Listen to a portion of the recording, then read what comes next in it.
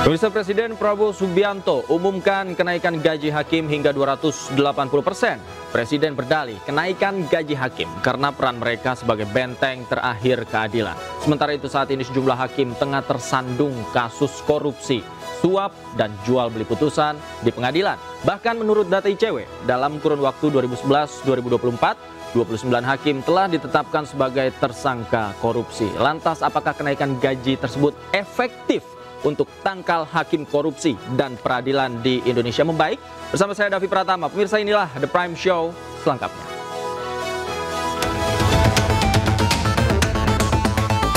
Perkara tersebut diputuskan setelah, namun dengan meminta uang 20 miliar rupiah tersebut dikalikan 3 sehingga totalnya 60 miliar rupiah.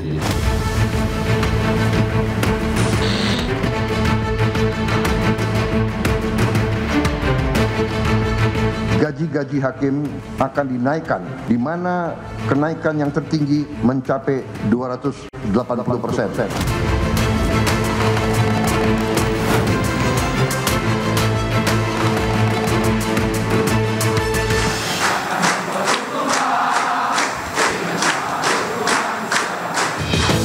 Presiden Prabowo Subianto didampingi Ketua Mahkamah Agung Sunarto, Mensesnek Prasetyo Hadi hingga Seskap Teddy Indra Wijaya disambut yel-yel yang dinyanyikan para calon hakim saat memasuki ruang acara.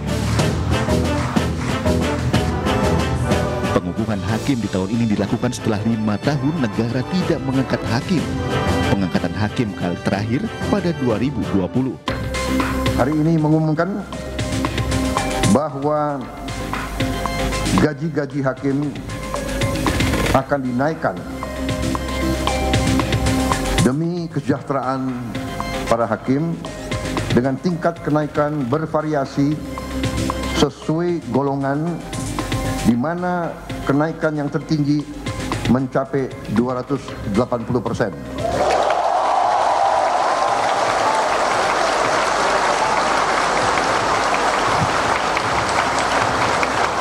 Dan golongan yang naik tertinggi adalah golongan yang paling junior, paling bawah.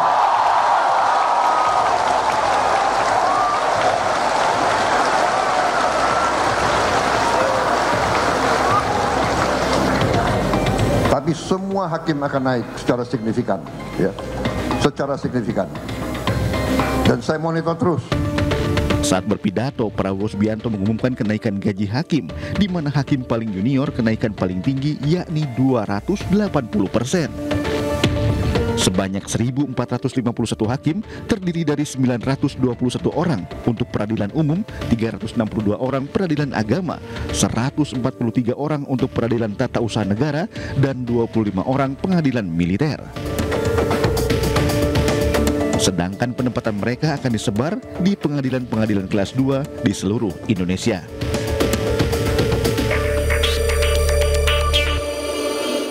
Sebelumnya Presiden Prabowo Subianto mengungkapkan kekesalannya karena para koruptor dan maling yang mencuri uang negara kerap lolos di tingkat pengadilan. Prabowo menyebut negara butuh hakim yang tidak bisa dibeli.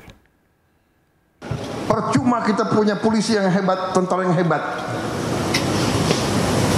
Si koruptor, si maling, si bajingan itu begitu ke pengadilan lolos. Kasihan ini anak buahmu, Kapolri. Jadi kita butuh hakim-hakim yang benar-benar tidak bisa digoyahkan, tidak bisa dibeli.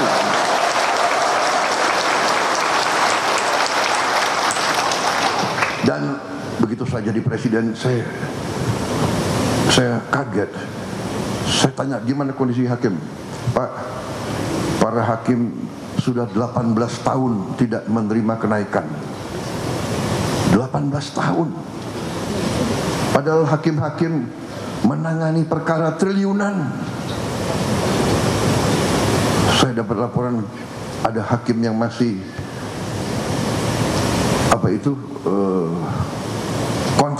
kontrak. Tidak punya rumah dinas dan sebagainya. Perumahan sudah kita tertibkan, mudah-mudahan segera akan dilaksanakan. Kita besar-besaran akan lakukan pembangunan perumahan. Pemirsa, mantan pejabat Mahkamah Agung Zarof Rikar hari ini menjalani sidang vonis kasus dugaan suap vonis bebas Ronald Tanur di Pengadilan Tipikor Jakarta. Zarof Rikar divonis 16 tahun penjara.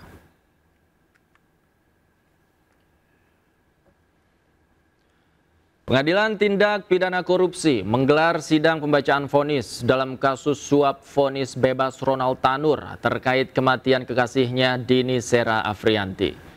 Vonis dibacakan untuk mantan pejabat Mahkamah Agung sekaligus maklar kasus Zarof Rikar, Ibu Ronald Tanur, Meriska Wijaya, dan pengacara Tanur, Lisa Rahmat. Ketiganya diduga melakukan suap kepada 3 hakim Pengadilan Negeri Surabaya. Zarof Rikar divonis 16 tahun penjara dan terbukti korupsi senilai 1 triliun rupiah. Sebelumnya, Zarof Rikar didakwa menerima gratifikasi hampir 1 triliun rupiah dan 51 kg emas selama 10 tahun menjadi pejabat Mahkamah Agung. Selain itu, Zarof didakwa terlibat menjadi maklar perkara dalam vonis bebas Ronald Tanur. Vonis Zarof Rikar lebih rendah dari tuntutan jaksa, yaitu 20 tahun penjara.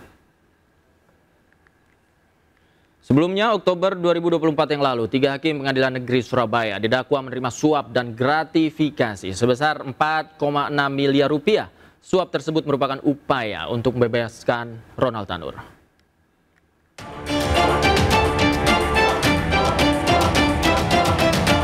Pasca vonis bebas Ronald Tanur, 3 hakim PN Surabaya duduk di kursi terdakwa. Mereka adalah Erintua Damanik yang merupakan hakim ketua, sementara Mangapu dan Heru Hanindio merupakan anggota majelis.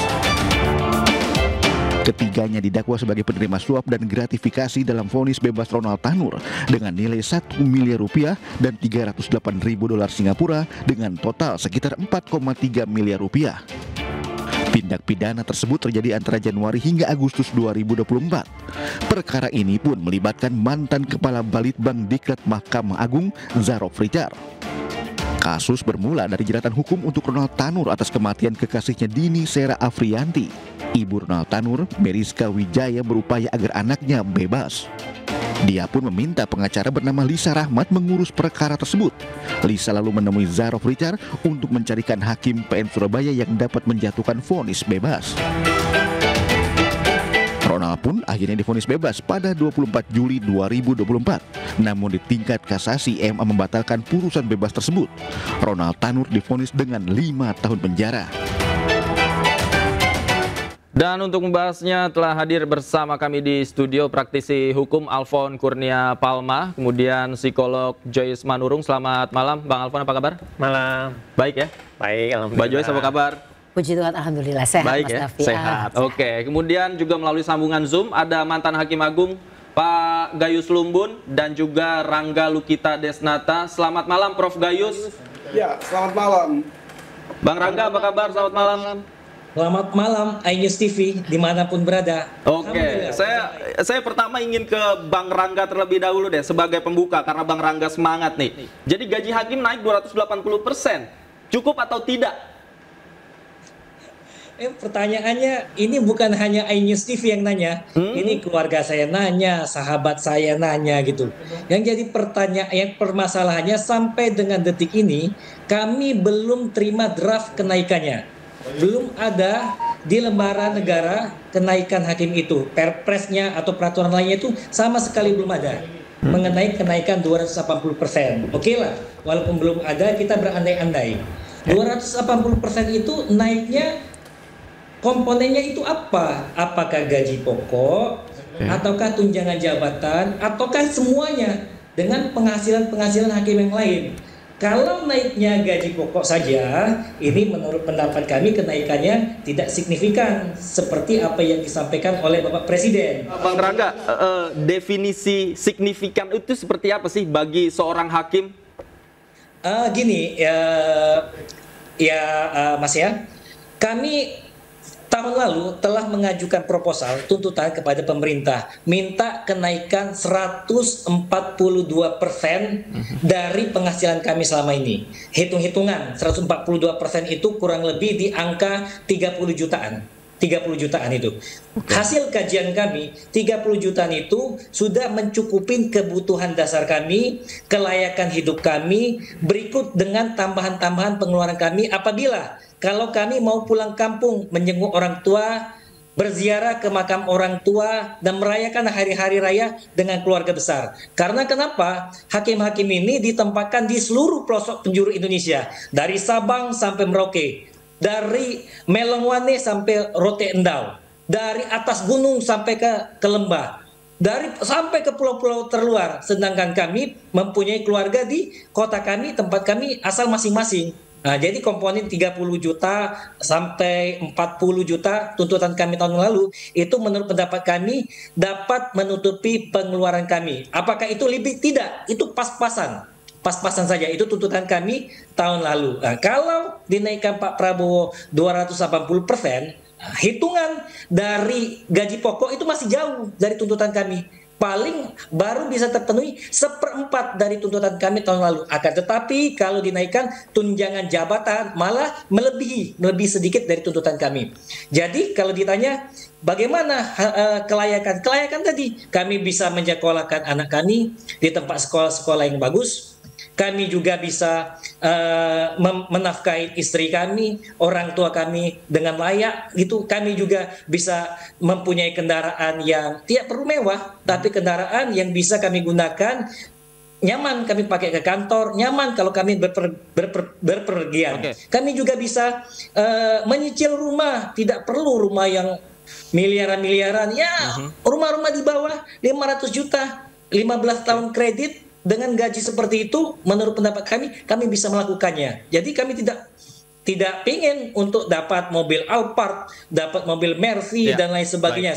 Seperti hakim-hakim di luar negeri. Cukup mobil-mobil standar. Ini saya minta print kan dari kesekretariatan. Gaji pokok saya itu hanya 3.390.000. Oke, tahan di gaji pokok, nanti kita bedah lagi secara detail usai jeda berikut. Pemirsa, jangan kemana-mana, The Prime Show masih akan kembali. Tetaplah bersama kami.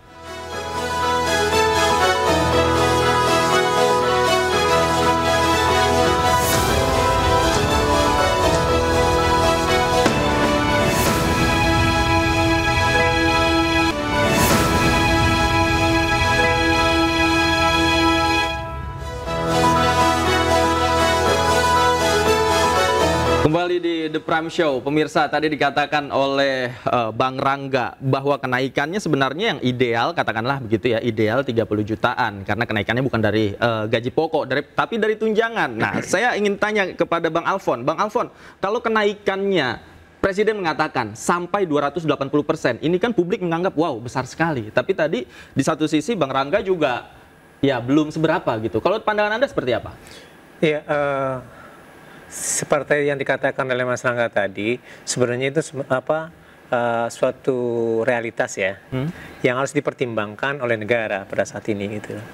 Karena kan hakim, jaksa, polisi dan yang lain-lain itu sebenarnya human rights defender sebenarnya. Mereka itu adalah piranti-piranti untuk memperjuangkan keadilan itu sendiri sebenarnya gitu.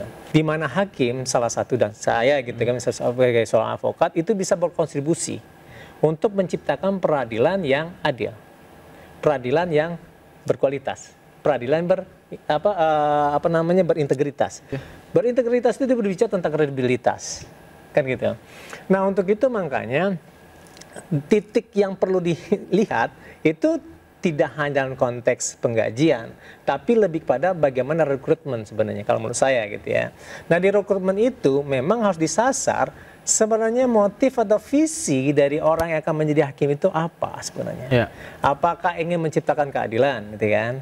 Saya contoh begini, kalau saya di LBH, gitu kan, saya tidak membicarakan tentang bagaimana berapa gaji saya, tidak. Ya. Tapi berbicara tentang bagaimana keadilan itu bisa terwujud. Bagaimana sumbatan-sumbatan keadilan yang dihadapi oleh masyarakat itu bisa diwujudkan. Itu dinamakan asas terhadap keadilan, gitu kan?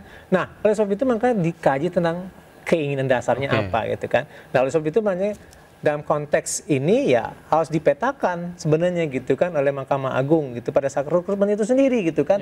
Terutama tentang psikologinya. Kan ada banyak alat bantu ya, untuk mengukur, untuk melihat, mengetahui sebenarnya motivasi orang untuk menjadi hakim itu apa, jaksa apa, pengacara apa, sehingga bisa terlihat. Dengan demikian di situ bisa berkontribusi terhadap peradilan yang berkualitas dan berintegritas. Nah, oleh sebab itu makanya yang namanya gaji ini merupakan supporting. Nah, itu harus difikirkan. Karena apa? Karena mereka itu adalah human rights defender.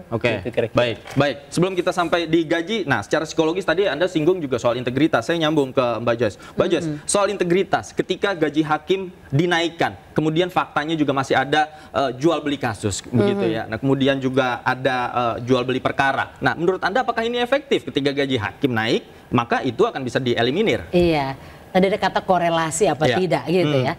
Kalau kita bicara tentang integritas, sederhananya saya sebut itu istilahnya walk the talk. Kita menjalani apa yang sudah kita maksudkan, kita inginkan gitu. Nah, bicara soal tadi yang faktor kedua, ini lain lagi. Manusia itu goal hidupnya satu kok, Mas Davi, sejahtera. Mau finansial, mau mental, mau sosial, dan berbagai aspek. Nah, jadi persoalan ketika seseorang disebut sejahtera, tidak semata-mata indikatornya hanya bicara soal uang. Gitu. Nah, ini kita ngomongin deh teorinya Maslow misalnya ya. Kebutuhan manusia deh. Gitu ya. Paling dasar itu sandang, pangan, papan. Kan begitu. Ini terpenuhi nih.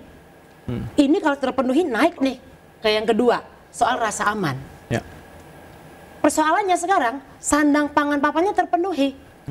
Masih juga korupsi kok. Berarti bukan itu dong yang dicari. Jangan-jangan kebutuhan terpenuhi. Tapi ada aspek lain, keinginan. Nah, needs and wants. Itu dua hal yang sangat berbeda. Terpenuhi nih gaji, pokok, remunerasi deh, semua satu paket, tapi ada hal lain, keinginan. Karena kecenderungannya, kalau itu kebutuhan, kita hitung-hitungan deh. Manusia ini makan, tinggal, transportasi, nggak beda-beda jauh deh, Mas. Tapi keinginan itu gapnya jauh. Makanya yang diambil gila-gilaan. Jadi yang perlu dipastikan betul ada namanya assessment untuk memahami sebenarnya ini kebutuhan atau ini keinginan. Gitu. Sehingga bisa diarahkan kemana gitu. Jangan sampai greedy gitu. Betul. Bicara soal keinginan, karena manusia sifat dasarnya memiliki keinginan yang banyak gitu dan kompleks terus-menerus ya. Dan terus-menerus. Nah, saya ke Prof Gayus. Prof Gayus, sebagai mantan Hakim Agung, Anda boleh sharing ketika saat itu bagaimana kemudian salary atau apresiasi yang Anda dapatkan sebagai Hakim Agung ini bisa memenuhi kebutuhan, kemudian bagaimana Anda menjaga integritasnya, Prof Gayus? Ya, jadi begini, yang pertama-tama tentu saya berpandangan perlu mengapresiasi Presiden ya, dari sisi niat ya. Niat Presiden itu untuk mendapatkan satu prestasi beliau, dan memang ini menjadi prestasi dengan cara menaikkan fixed salary sebenarnya. Ini kalau kita bilang gaji itu harus kita terjemahkan dalam bahasa ilmu keuangan ini. Maka saya itu menggunakan teori yang harus dipahami itu adalah saya menggunakan Adam Smith. Adam Smith itu mengatakan untuk mengukur kekuatan negara itu lihat gaji karyawannya. Apabila tidak stabil, maka memang ekonomi itu tidak kuat negara itu, atau di situ disebut akan banyak pengangguran. Itu istilah Adam Smith, cara teori ekonomi. Beliau mengatakan apa sih itu gaji? Gaji adalah upah dalam lingkup perjanjian kerja dipotong pajak, hanya itu. Tetapi kalau yang diartikan tadi baik oleh Pak Rangga, kemudian ada Mas Alfon, itu take home pay sebenarnya diharapkan. Take home pay adalah gaji yang fix tadi ditambah tunjangan-tunjangan, ya, ditambah dengan berbagai berbagai tunjangan yang berkaitan, dan itu merupakan nomenklatur untuk mendapatkan istilah gaji. Karena nomenklatur gaji di sebuah tempat pun berbeda. Hakim Agung, Hakim Tinggi, dan Hakim PN itu bisa berbeda-beda kalau kita menggunakan pandangan tunjangan, ya. Tunjangan itu allowance.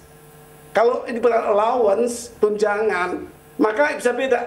Begini maksud saya, gaji hakim agung akan bisa juga kalah dibanding gaji hakim PN. Saya ke ini deh, kembali ke Mbak Joyce. Mbak Joyce, artinya ketika tunjangan, katakanlah begitu, hakim naik, tidak serta-merta menurunkan potensi jual beli kasus. Ini tidak sifatnya itu sebab akibat gitu ya, bentuknya ya. Karena manusia itu kompleks. Tadi Pak Alfa bicara soal motif, Mas. Motif manusia itu tidak bisa diukur 100% loh. Dari awal rekrutmen bisa diketahui motifnya. Dalam perkembangan banyak situasi hidup yang terjadi. Tekanan, ancaman yang tanda kutip bisa memengaruhi motif seseorang. Yang awalnya mungkin dia lurus nih ya, berkomitmen, berintegritas. Kita nggak bisa pegang 100%. Nah tadi, apakah dengan adanya tadi kebutuhan yang terpenuhi dari remunerasi, kalau istilahnya Pak Gayus tadi take home pay, apakah pasti motifnya tetap lurus?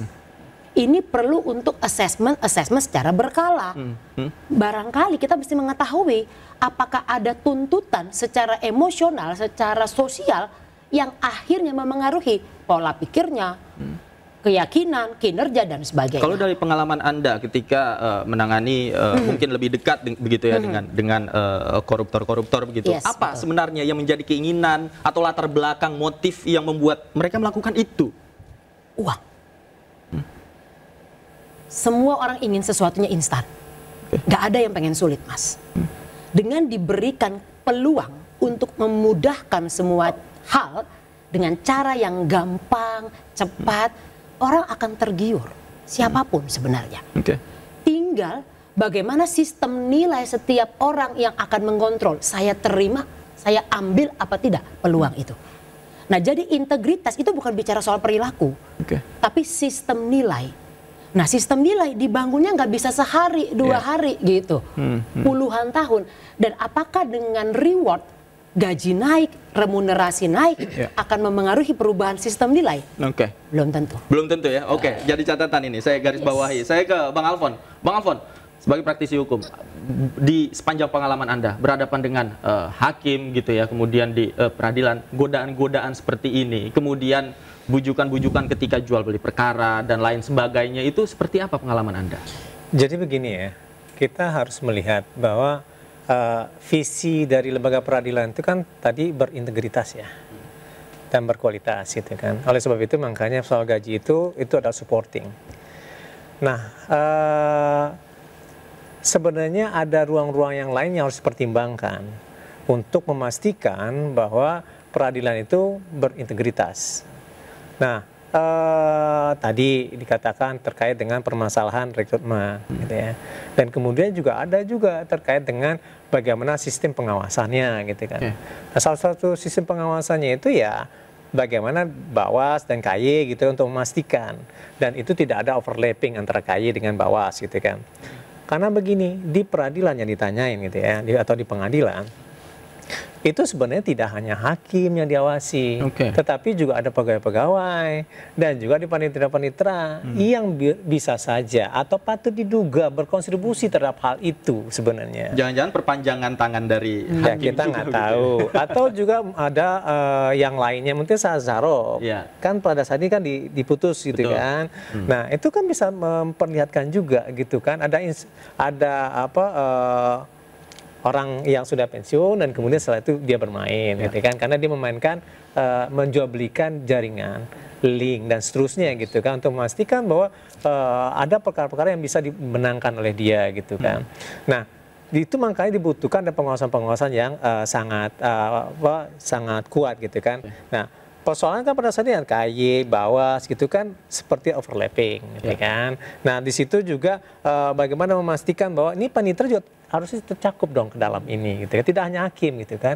Karena banyak kok hakim yang baik, gitu kan? Tapi ini bisa aja dipengaruhi yang lain-lainnya, gitu kan? Ya, kita melihat itu secara komprehensif dan utuh, sehingga nantinya, gitu ya, peradilan itu memang terlihat berintegritas, gitu. Jadi di sini tidak hanya persoalan hakimnya saja, gitu kan? Hakim itu hanyalah wajah wajah gitu kan. Sebenarnya di sekelilingnya itu banyak gitu kan. Ada paniteranya, ada pegawainya, ada sistem di pengadilan itu, dan kemudian juga ada bagaimana dia direkrut dulu, bagaimana motifnya, dan kemudian itu bisa memberikan suatu gambaran lembaga peradilan di Indonesia begini. Itu juga membuat yang namanya pengacara gitu kan untuk bisa berkonsentrasi dengan jaksa atau dengan pengacara yang lain itu dengan ilmu, dengan kepala, bukan dengan uang. Kan gitu kan? Bukan memanfaatkan link-link yang ada mungkin gitu kan, seperti yang terjadi pada Zarov gitu kan, gitu yang lain-lain gitu kan. Nah, ini kan sebenarnya merupakan suatu realitas yang harus kita petik hikmahnya sebenarnya. Dari situ, oh ternyata ini loh persoalannya gitu kan. Oleh sebab itu makanya responnya ke depan ini. Nah, oleh sebab itu makanya kalau menurut saya blueprint ya Mahkamah Agung ini masih relevan. Nah, oleh sebab itu masih relevan walaupun angka-angkanya tidak relevan gitu kan. Karena itu maka saya katakan yang namanya untuk struktur gaji itu akan berbeda-beda. Saya sepakat dikatakan oleh Prof. Gayus. Karena bisa jadi ya hakim di pengadilan negeri itu kalau misalnya terjauh gitu kan, itu tantangan cukup besar gitu, apalagi di situ ada perperangan gitu kan, ada yang macam-macam, ya itu cukup besar. Itu harus diletakkan gaji pokok maupun tunjangan dan macam-macam. Gaji hanya salah satu faktor ya, tapi ada sebenarnya secara komprehensif, secara general kita bisa lihat ada sebuah sistem begitu yang melibatkan banyak pihak tadi seperti Anda katakan. Kita ulas selengkapnya usai jeda. Pemirsa, The Prime Show masih akan kembali. Tetaplah bersama kami.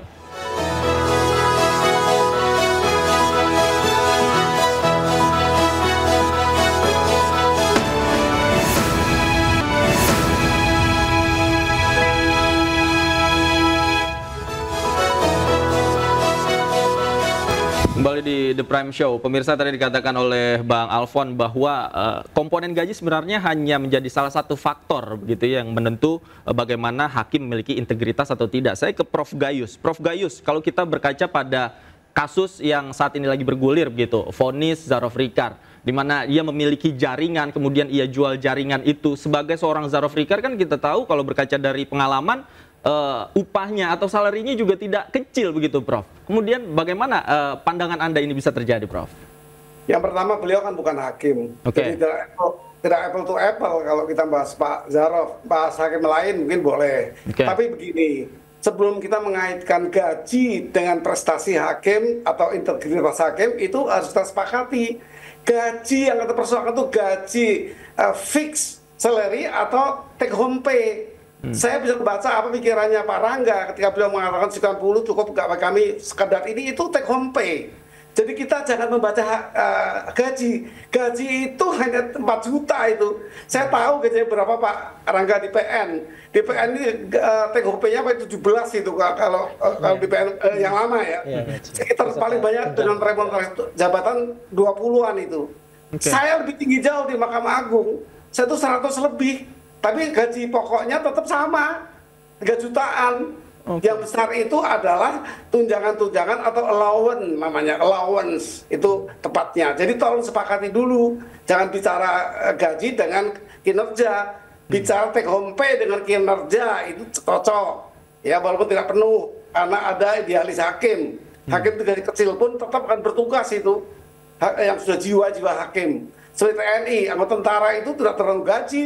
Tidak kaitannya, dia mati hidup untuk tugasnya karena dia memang dari lahir ya itu sudah mau menjadi tempat yang sangat berbahaya itu.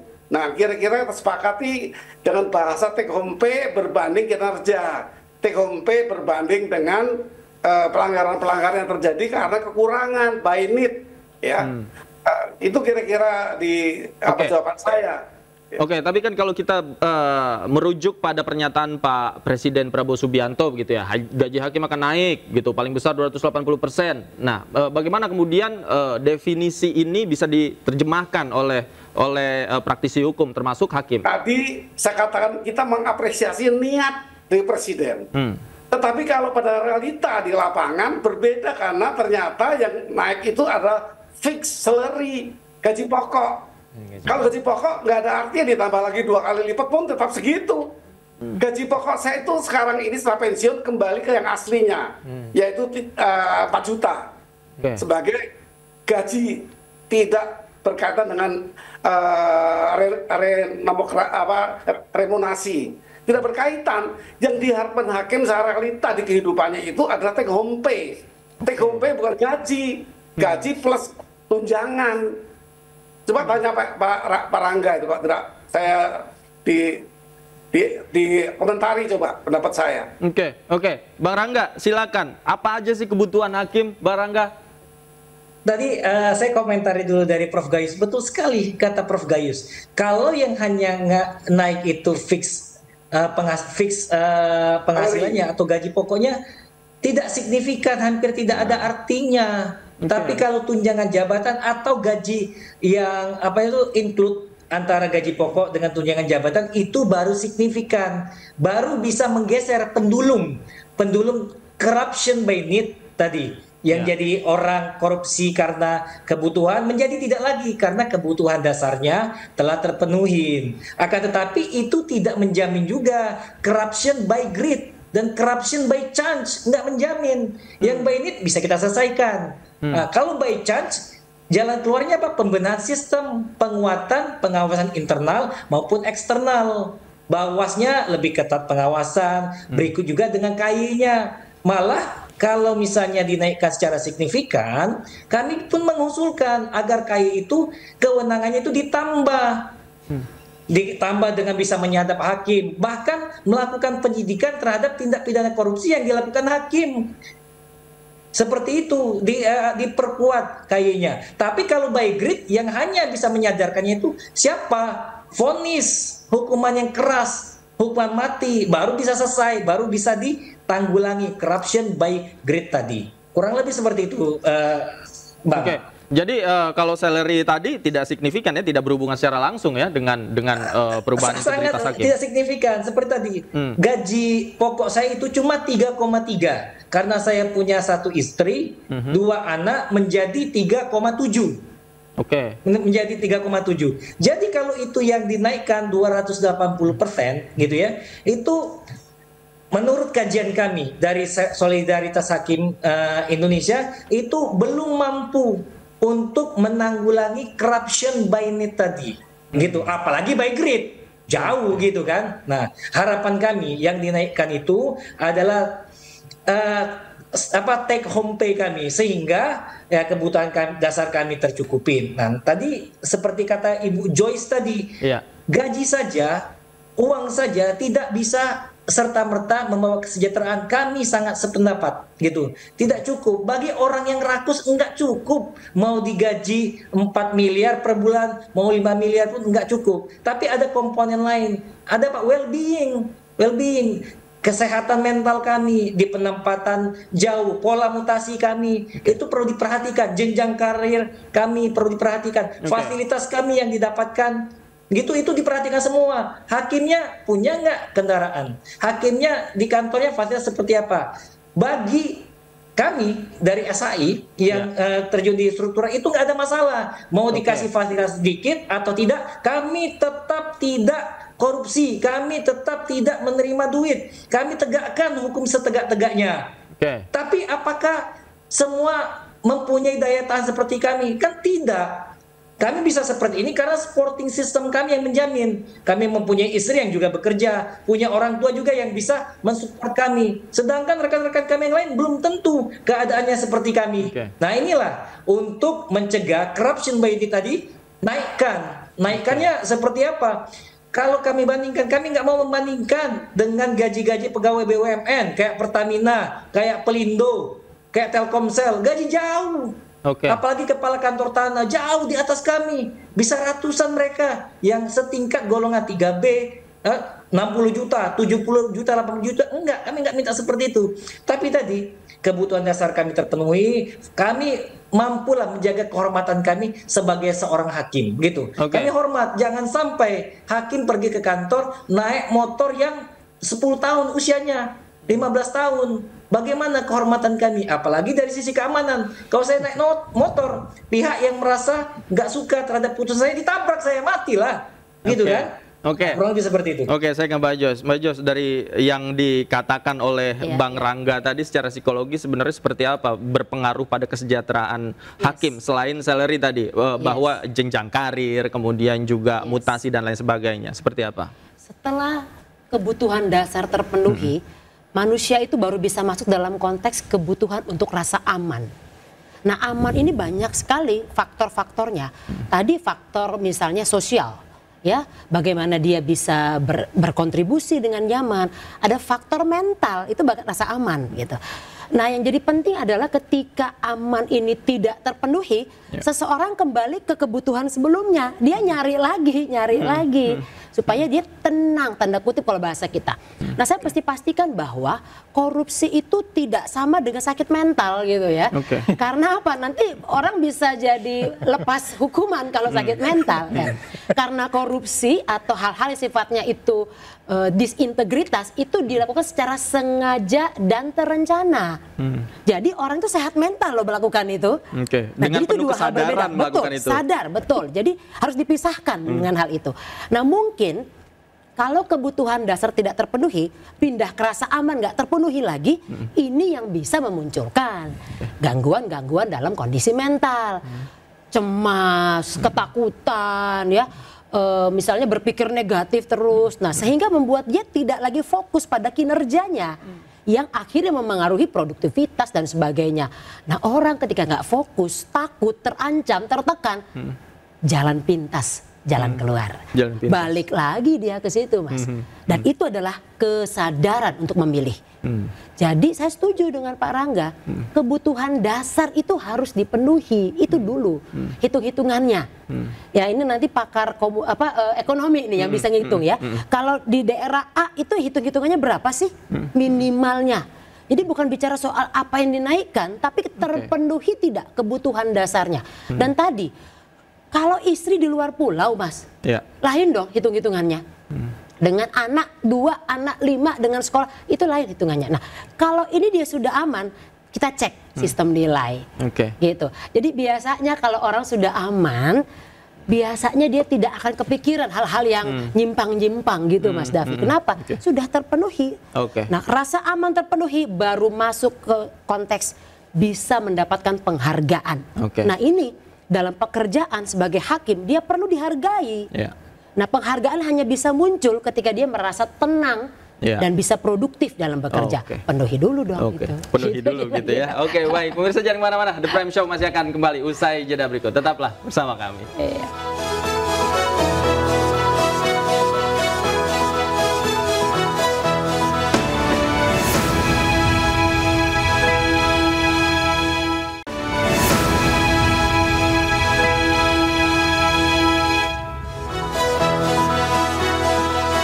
Masih di The Prime Show, pemirsa. Saya tadi diskusi kita lumayan menarik. Nah, saya ingin ke Prof. Gayus lagi. Prof. Gayus, dari kacamata seorang Gayus Lumbun, ketika mendefinisikan bagaimana membenahi sistem ini, kemudian mendefinisikan kesejahteraan bagi hakim. Ini idealnya seperti apa sih, Prof?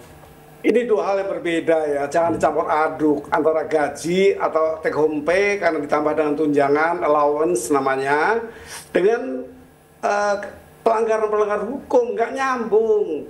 Ini bahasan kita hari ini adalah membahas mengenai take home pay yang dikeluhkan.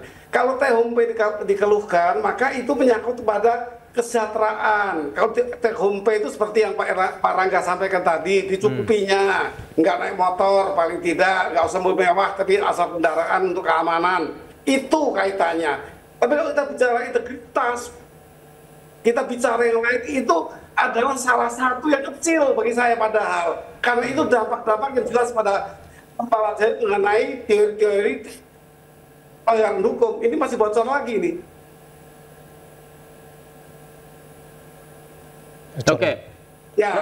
Ya, silakan.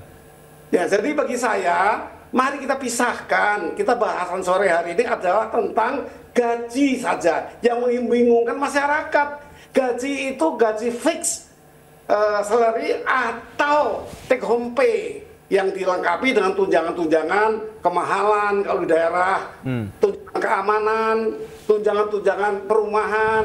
Itu tunjangan-tunjangan yang nantinya berbentuk take home pay yang mencukupi membuat sejahteranya hakim. Tapi tentang pelanggaran hakim itu ada bahasan lain. Karena hakim dicukupi pun ada sebagian yang greedy tadi. Kalau ini kan by need saja, Pak. Presiden sudah bagus karena dia menutupi bainit dari hakim pemula yang setahun ke bawah. KA misalnya itu cukup kan, dulu cuma 2.700.000, saya punya datanya ini, ditambah 28% itu menjadi 7 juta. Kalau 7 juta dipakai secara sederhana cukup. Nah ini cukup, tapi di level berikutnya hakim tinggi nggak cukup lagi kan di sana. Sekarang pun tambah itu sudah 37 juta untuk hak anggota, untuk pimpinan hakim PT atau ketua PT 47 sudah cukup kali itu. Jadi kalau terjadi greedy, terjadi perbuatan melanggar bukan karena gaji, oleh karena itu jangan digabung, itu hal yang lain. Itu yang greedy karena apa? Ada banyak lagi teorinya, setelah 3 tadi, by greed, by chance, itu ada lagi lebih luas lagi ketika sudah dicukupi tapi masih melakukan. Nggak nyambung untuk dibahas hari ini. Oke, saya ke Bang Rangga. Bang Rangga, harapan Anda seperti apa ketika tadi Anda katakan gaji hakim dinaikkan 280% belum signifikan? Harapan Anda idealnya seperti apa?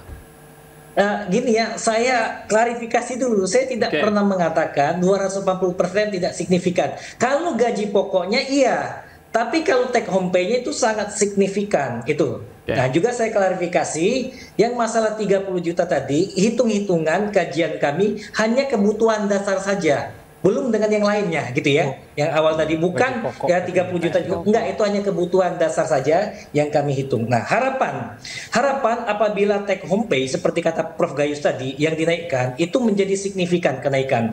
Zero toleransi terhadap tindak pidana korupsi bagi hakim. Apabila masih ada hakim yang melakukan korupsi, nah hakim yang memutus tidak lagi menjadikan alasan yang meringankan bahwa yang bersangkutan telah mengabdikan diri di negara sekian tahun, gitu. Itu menjadi hal yang meringankan, enggak, malah menjadi hal-hal yang memberatkan kalau menghukum. Gaji sudah besar, kedudukannya sebagai hakim, masih korupsi, ya dikasih hukuman yang sepadan dengan perbuatannya, gitu harapannya.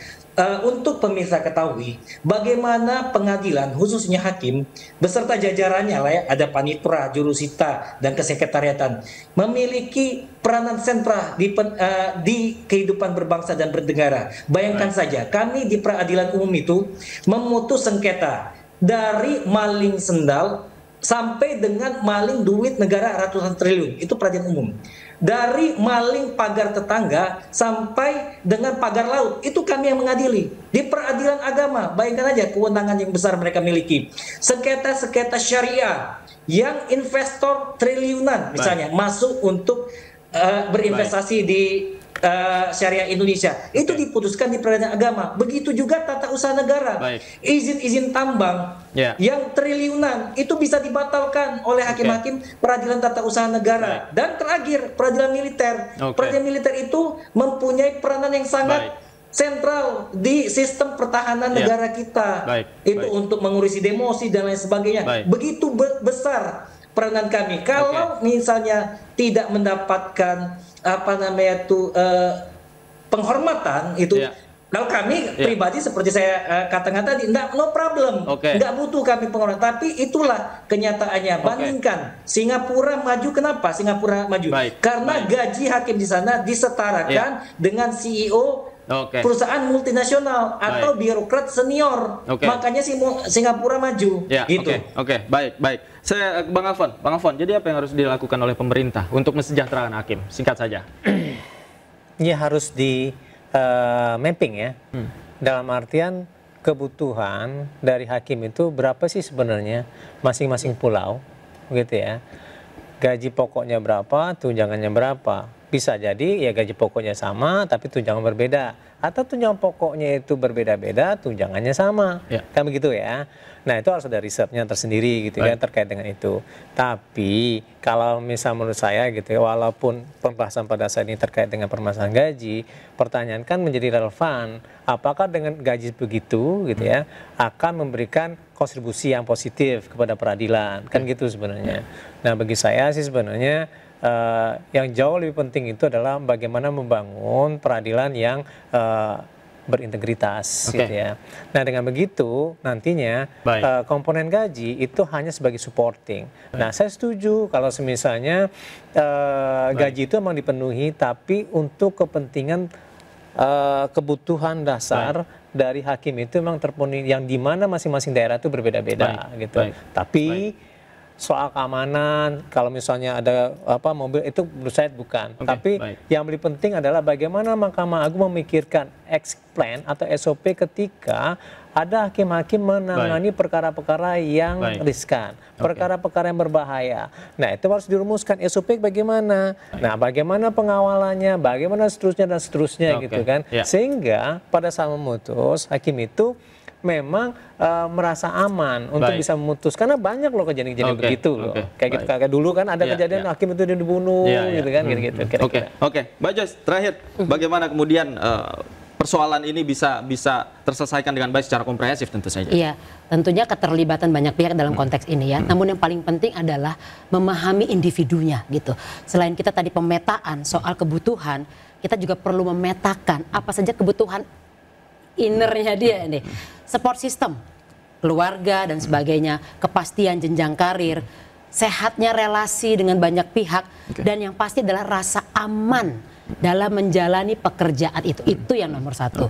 Itu kira-kira. Oke, baik. Ini kita harapkan bersama hakim makin sejahtera ya, agar potensi-potensi, sekali lagi potensi-potensi penyimpangan yang akan dilakukan oleh insan peradilan, katakanlah begitu, dan insan hukum ini tidak terjadi. Terima kasih Mbak Joyce sudah bergabung bersama kami. Bang Alfon juga terima kasih banyak. Prof Gayus terima kasih banyak.